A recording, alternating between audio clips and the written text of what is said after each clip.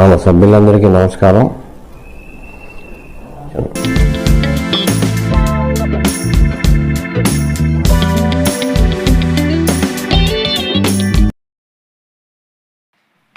Hi friends, this is Sadev Varma. దేశంలో ఉన్న అన్ని పెన్షన్ స్కీముల కంటే ఈపీఎస్ 95 పెన్షన్ స్కీమ్లో చాలా తక్కువ పెన్షన్ వస్తున్నందున ఈపీఎస్ 95 పెన్షన్ కోసం వారి జీతంలలో ఎక్కువ జమ చేసుకుని ఉంటే వారికి పెన్షన్ కూడా ఎక్కువ వస్తుందనే ఉద్దేశంతో ఈ మధ్య సుప్రీంకోర్టు ఈపీఎస్ 95 పెన్షన్ కోసం ప్రస్తుతం ఉన్న శాలరీ సీలింగ్ను 15,000 రూపాయల నుండి 25,000 రూపాయలకి పెంచాలని తీర్పు ఇచ్చింది. అది కేవలం 4 నెలల్లోనే అమలు చేయాలని కేంద్ర ప్రభుత్వానికి ఆదేశించింది. సుప్రీంకోర్టు తీర్పు ఆదేశాలు వెలువడి సుమారు ఇప్పటికి 6 నెలలు పూర్తవుతున్నాయి. కానీ కేంద్ర ప్రభుత్వం ఇప్పటి వరకు అది అమలు చేయలేదు. ఆఖరికి మొన్న జరిగిన బడ్జెట్ పార్లమెంట్ సమావేశాల్లోనూ పార్లమెంట్ మెంబర్లు కేంద్ర ప్రభుత్వాన్ని నిలదీశారు. సుప్రీంకోర్టు ఇచ్చిన ఆదేశాలు ఎందుకు అమలు చేయడం లేదని ఈపీఎస్ 95 శాలరీ సీలింగ్ను 15,000 రూపాయల నుండి 25,000 రూపాయలకు ఎప్పుడు పెంచుతారని కేంద్ర ప్రభుత్వాన్ని డిమాండ్ చేశారు. దానికి సమాధానంగా కేంద్ర ప్రభుత్వం అదిగో ఇదిగో ఆలోచిస్తున్నాం, మీటింగులు పెడుతున్నాం అని పార్లమెంట్లో ధీమాగా సమాధానం చెప్తున్నారు. సుప్రీంకోర్టు ఇచ్చిన తీర్పును కూడా ఈ మోడీ ప్రభుత్వం ఖాతరు చేసే పరిస్థితి కనబట్టలేదు. सुप्रीम कोर्ट से एक और खबर है जो आम लोगों के लिए खबर है और उन लोगों के लिए खबर है जो कामकाजी लोग हैं, नौकरी पेशा लोग हैं. हमारे साथ सुप्रीम कोर्ट की वकील नेहा राठी हैं. वो आपको बताएंगी ये जो भविष्य निधि है जिसे प्रोविडेंट फंड कहा जाता है, आम भाषा में हम लोग पीएफ कहते हैं कामकाजी लोग, उनको लेकर एक सुप्रीम कोर्ट से खबर है.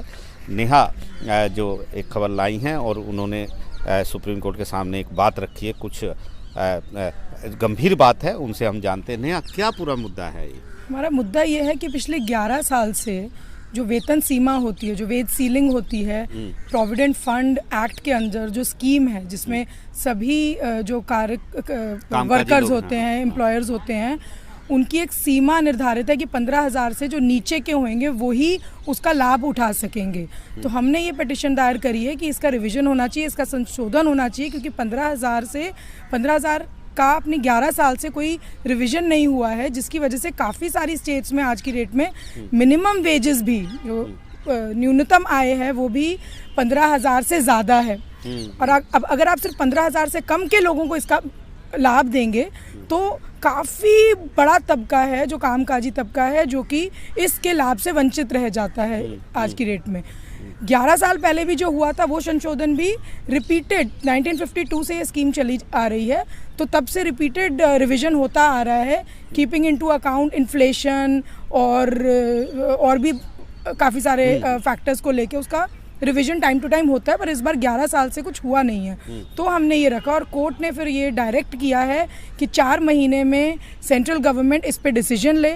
2 वीक्स में पिटिशनर को बोला है कि एक बार फिर से आप रिप्रेजेंटेशन दीजिए, जो कि पहले भी दी गई थी, एक बार फिर से दीजिए, और 4 महीने में सेंट्रल गवर्नमेंट इस पर डिसीजन ले कि क्यों ये बदलाव नहीं हो पा रहा है. स्पेशली क्योंकि जो पब्लिक अकाउंट्स कमेटी है और खुद का जो सेंट्रल बोर्ड है provident fund, employees provident fund organisation का, उन्होंने भी ये चीज़ का रिकमेंडेशन दिया है कि आपको वेज सीलिंग या तो हटा देनी चाहिए ताकि ज़्यादा से ज़्यादा लोग इसका कवर हो जाएं, या फिर आपको इसको रिवाइज़ करना चाहिए इमीडिएटली, क्योंकि इससे तो जो सबसे निचले तबके के लोग हैं उन्हीं को आप लाभ नहीं दे रहे हैं. तो ये एक तो आम लोगों के लिए अगर हम समझना चाहें तो जो ईपीएफ है, इससे मतलब किस तरह का लाभ, किस तरह का फायदा होता है कामकाजी लोगों को? ईपीएफ से ये फायदा होता है कि किसी भी व्यक्ति का कुछ अमाउंट ऑफ देयर सैलरी वो कंपलसरी तरीके से एक तरीके से कंपलसरी सेविंग होती है, जिसमें कुछ कंट्रीब्यूशन एम्प्लॉयर की तरफ से जो उनको नौकरी दे रहा है उसको भी कंपलसरी देना पड़ेगा और सरकार की तरफ से भी होगा. तो जब वो रिटायर करेगा तो उसको एक अच्छी खासी एक अमाउंट मिलेगा. ये कोई चैरिटी नहीं है, कुछ नहीं, वो पैसे के लिए इस व्यक्ति ने काम किया है, पर क्योंकि वो एक इकट्ठा होता जाएगा तो उससे एक अमाउंट इकट्ठा हो जाता है किसी के लिए, जो कि लोगों को अपने रिटायरमेंट वगैरह के टाइम पे काफ़ी काम आता है. तो नेहा, क्योंकि अब सुप्रीम कोर्ट 4 वक्त दे चुका है, आगे आप लोगों की क्या रणनीति रहेगी इसमें? अगर डिसीजन नहीं लिया जाता है तो हम फिर से रिट पिटिशन फाइल करेंगे कि ये डिसीजन आपने बोला था। कोर्ट ने ये भी बोला है कि जो ऑर्डर है उस ऑर्डर के साथ अपनी रिट पिटिशन के साथ एक और रिप्रेजेंटेशन भेजा जाए और 4 महीने में सेंट्रल गवर्नमेंट को एक इस पे डिसीजन लेना है। अगर वो नहीं लेते हैं या फिर वो डिसीजन हमारे अगेंस्ट जाता है तो हम फिर से एक याचिका दायर करेंगे इसमें। तो साफ तौर पर एक बड़ा मुद्दा है और लाखों करोड़ों लोगों से जो कामकाजी लोग हैं, चाहे वो सरकारी हों चाहे वो प्राइवेट हों, उन सब से जुड़ा हुआ मुद्दा है और ये मुद्दा अब केंद्र सरकार के पास सुप्रीम कोर्ट ने भेज दिया है। नई दिल्ली से आशीष भार्गव, एनडीटीवी इंडिया।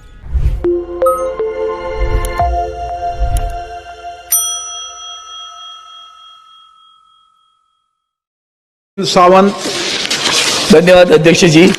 आप जानते हो क्या, आदरणीय सुप्रीम कोर्ट ने ईपीएस पेंशन को बढ़ाने का निर्णय दिया और 7,000 रुपए कम से कम देना चाहिए। आपके पास इनकी जो कंट्रीब्यूशन है ना, सारी सरकार के पकड़ के कितनी राशि पड़ी है, उस राशि वो कहते हैं हमारा पैसा वापस देंगे तो हमको ब्याज भी उससे ज्यादा मिलेगा। आज सर सिलेंडर का भाव हो गया 1,000 रुपए के दरम्यान। 1,000 रुपए पे क्या होने वाला है? 2 चीजें मेरी क्वेश्चन है, 15,000 की मर्यादा को बढ़ाएंगे कि नहीं बढ़ाएंगे, वो मर्यादा तो 25-30 हजार करो, और 7,000 रुपए पेंशन देने के बारे में सरकार कौन से कदम उठा रही है? धन्यवाद सर। बोलती हूँ माननीय अध्यक्ष जी, देश में पेंशन योजना में अलग अलग तरीके का सुधार हो रही है सर। इसमें पहली बार केंद्र सरकार बैंक सिस्टम जैसे पेंशन को बनाने के लिए हम ओपन रखा है। एंड अभी कोई भी पेंशनर हो, केवल पेंशन ईपीएफओ में नहीं, बैंक के मूलक भी वो पेंशन ले सकते हैं। एनी ब्रांच और एनी बैंक से वो ले सकते हैं। इसको डिजिटाइज करने के लिए भी हम कोशिश किया है सर। ऐसे ही free pension free door step से हम देने को भी हम शुरू किया है सर। एंड आने वाले दिन में पेंशन का टोटल पैसा, अभी भी हम पेंशन अराउंड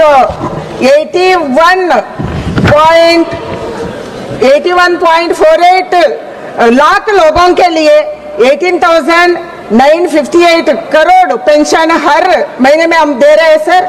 एंड ये बढ़ते जाएगा। एंड सरकार का, केंद्र सरकार का कंट्रीब्यूशन भी बढ़ रही है। एंड आने वाले दिन में इसका सोच चल रही है, बार बार इसका चर्चा भी हो रही है sir. Shrimati Supriya Sule. Thank you sir. ये जो पैसा है ये सरकार का वेलफेयर का फंड नहीं है, उनके मेहनत का पैसा है। That's why it is called pension. I just want to stand corrected. और हर बार जब ये जो सीनियर सिटीजन्स है, हर बार जब सेशन चलता है तो सारे ये सीनियर सिटीजन्स आंदोलन के लिए बैठते हैं। आपको याद होगा मैडम, शायद तब आप कर्नाटका में थी, बट प्रकाश जावड़े जी और अरुण जेटली जी, इसका जवाब निर्मला जी भी पहले दे चुकी है कि ईपीएस 95 का अभी तक मैडम जो बोल रही है थोड़ा मिल रहा है, घर में मिल रहा है, नया टेक्नोलॉजी है। That's not what we are asking. We are asking your pointed question. जो डिमांड है वो 7,000 रुपया और अबव है, वो आप देंगे, वो उनके हक का पैसा है। ये आपका वेलफेयर का प्रोग्राम नहीं है madam. They have kept that money over the years for their own pension. So you are not doing charity to them. They are asking for their own rights. That's what it is, and they deserve it. Madam sir, pensionable service into pensionable salary divided by 70 years, उसके तहत वो तय किया जाता है sir. उसको वो कितना पैसा बचाया है उसका आधार पर पेंशन उसको मिल रहा है sir.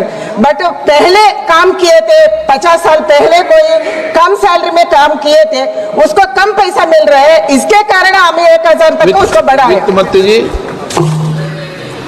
Sir, this is a very sensitive issue, sir, and I know the delegations have met all of us, and there is no denying the idea that they should get better in their old age. And the answer given by the Honorable Minister explains the technical constraint, the amount in the pool, and the money that comes out of it in the name of wherever you invest and earn out of it. is consideration with a lot of sensitivity. The departments are talking. Let's see what can come out of it. Hema Malini ji भी बहुत आती है इस पर लेके। हाँ sir, संगठित कार्मिक अभी पेंशन योजना में नहीं है, क्योंकि सर उसका वेज 15,000 तक होना चाहिए। ऐसा एम्प्लॉयर इसी में कंट्रीब्यूशन करता है, उसके बाद सरकार भी, केंद्र सरकार भी कंट्रीब्यूशन कर रहे हैं सर। अभी लेबर डिपार्टमेंट में विचार हो रही है, specially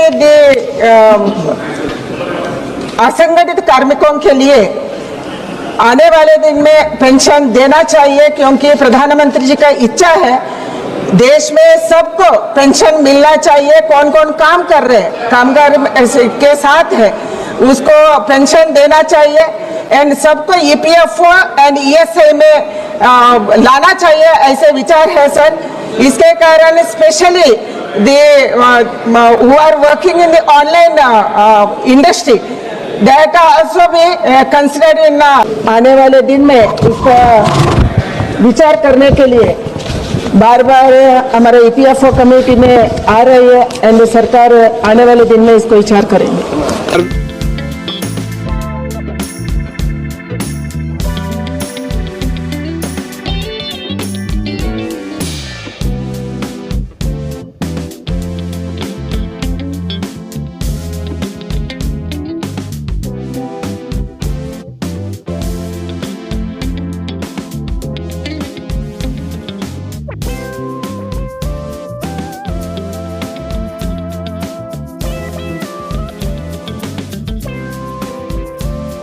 let us hope for the best.